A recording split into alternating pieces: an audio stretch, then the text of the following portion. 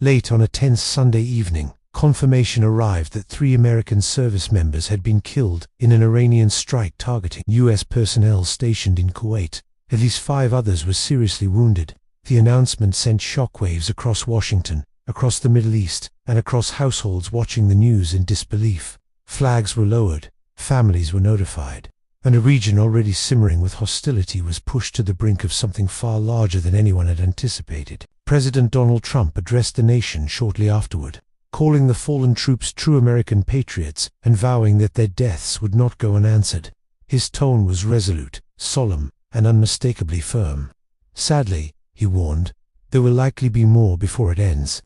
Those words hung heavy in the air, signaling that the confrontation unfolding was not a brief exchange, but the opening chapter of a widening conflict. In the preceding hours, U.S. and Israeli forces had launched coordinated strikes across multiple targets inside Iran. According to officials, the operation focused on facilities connected to Iran's Revolutionary Guard, ballistic missile infrastructure, naval assets, and advanced air defense systems. American B-2 stealth bombers reportedly flew long-range missions, deploying precision-guided munitions against hardened military installations.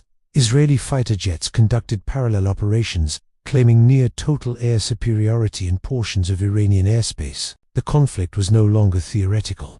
It was devastatingly real. Perhaps the most explosive development of all was the confirmation from Iranian state media that the country's supreme leader had been killed during the opening wave of strikes.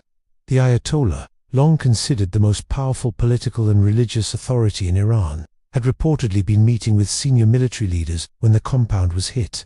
Sources indicated that intelligence agencies had tracked his movements for months. When it became clear he was above ground and convening key figures, the decision to act was made. Within minutes, Iran's military command structure suffered catastrophic losses. The head of the armed forces, the defense minister, and numerous high-ranking commanders were reported dead.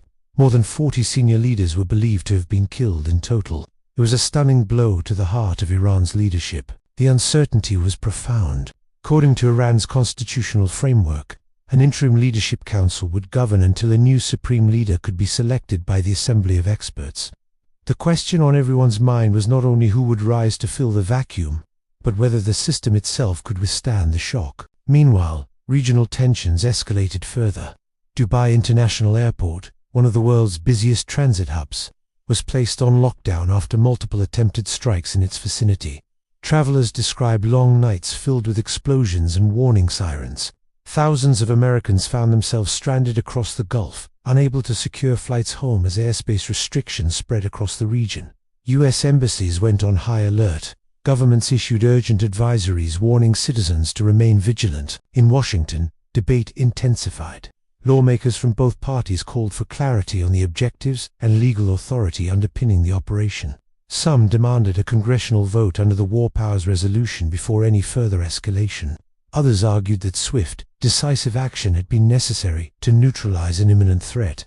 The political divide mirrored the strategic uncertainty playing out overseas.